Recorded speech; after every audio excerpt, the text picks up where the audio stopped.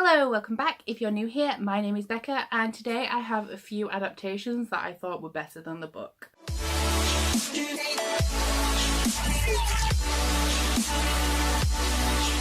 So these are just a few movies, TV shows, other things that I think were actually better than the work that they were based on. As you may have heard me mention before, when I started actually the bulk of my physical collection of books, I started with film adaptations because I did film studies in college, so it was an area I was interested in.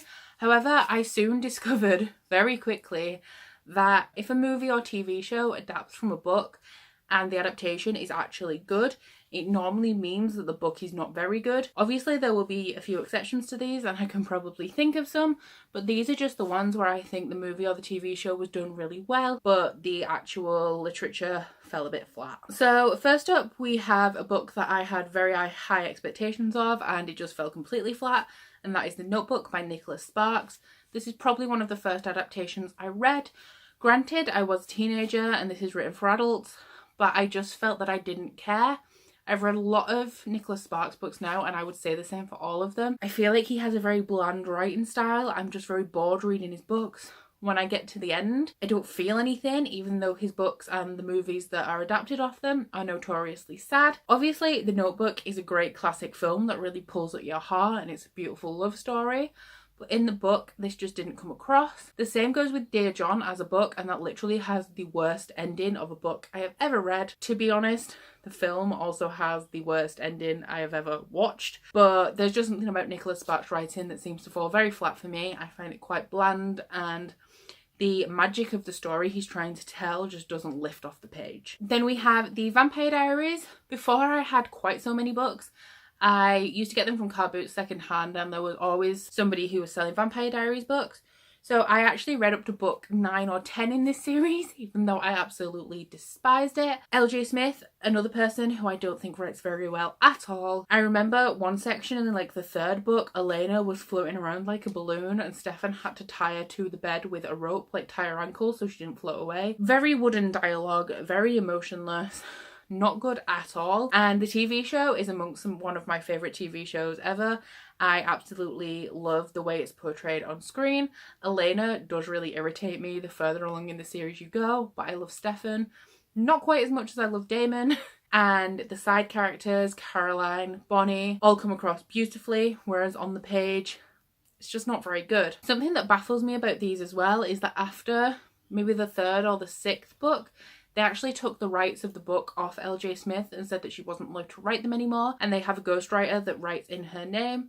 So if you pick up any of the later Vampire Diaries books, it says like based on the Vampire Diaries by LJ Smith, but it isn't actually written by her. The writing does not improve, unfortunately, but for some reason she doesn't have the rights to those books anymore, and they are continuing ghostwritten by somebody else. Not sure if this series is still continued in print, but it did get to like 12 books. Completely not necessary.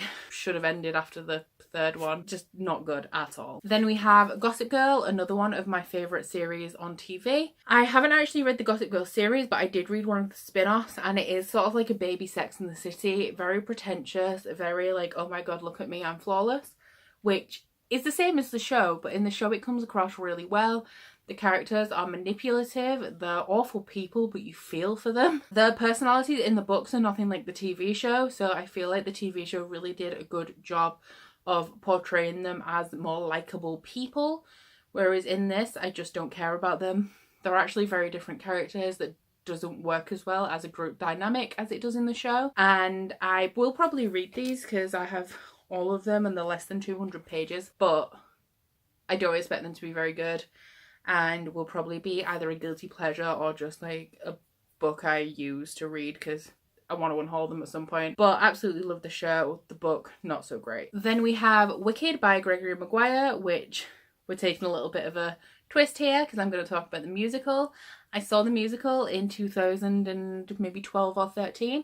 Absolutely adored it. I'm going to see it again in June this year. However, the book is not the happy, light, family-friendly version of Wicked that you see in the musical. This is very dark, it's very twisted.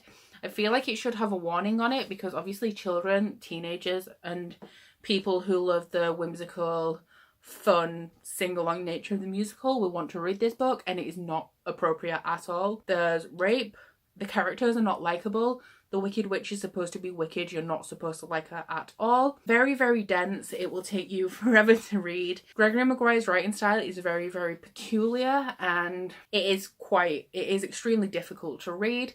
I did give this 5 stars, however, in hindsight, I think I was trying to, I read it a long time ago, and I think I was trying to be like, oh, I'm so pretentious, this book is amazing. Where I don't actually think it was necessarily that great at all. I do plan to reread this soon, so I will obviously give you my updated feelings on this book, but definitely a case where the musical is much better than the book. The thing I really do like about Gregory Maguire, however, is his ideas. I love that he takes fairy tales and well-known children's stories and he really twists them. Not in like the way that you'll see in a normal retelling, like these are really dark and they're really, really sinister, which in fairness is more realistic to what the fairy tales actually were originally, because fairy tales were always very dark and sinister, and I do think he does a really good job with that. However, his writing style is very dense and very peculiar. And last up we have Water for Elephants, which I believe I gave this 3 stars. It's just sort of okay. I do enjoy this book. I thought it was good. However, I feel like the film brings it to life with a little bit more magic and a little bit more emotion than is portrayed in the book. I haven't read this in a very long time and I would like to give it a reread because I did enjoy it. It just wasn't the best. However, Water for Elephants is one of my favourite movies, and I don't feel like all of that beautiful yet dark carnival life is brought forward in the book. I think the movie adaptation did a wonderful job. I don't think it's a highly rated movie, but I thought it was really, really good.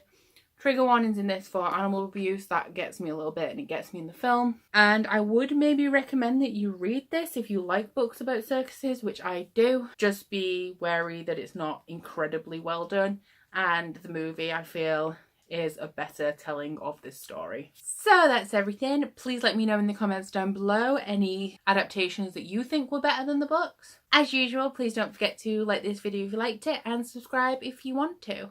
If you head into the description box below, you'll find a link to my Goodreads, Instagram and Twitter if you'd like to follow me on any of those, and also a link to my Bookish Body Butter website and the Instagram for that if you're interested in any of that stuff. But that's everything from me today. Bye!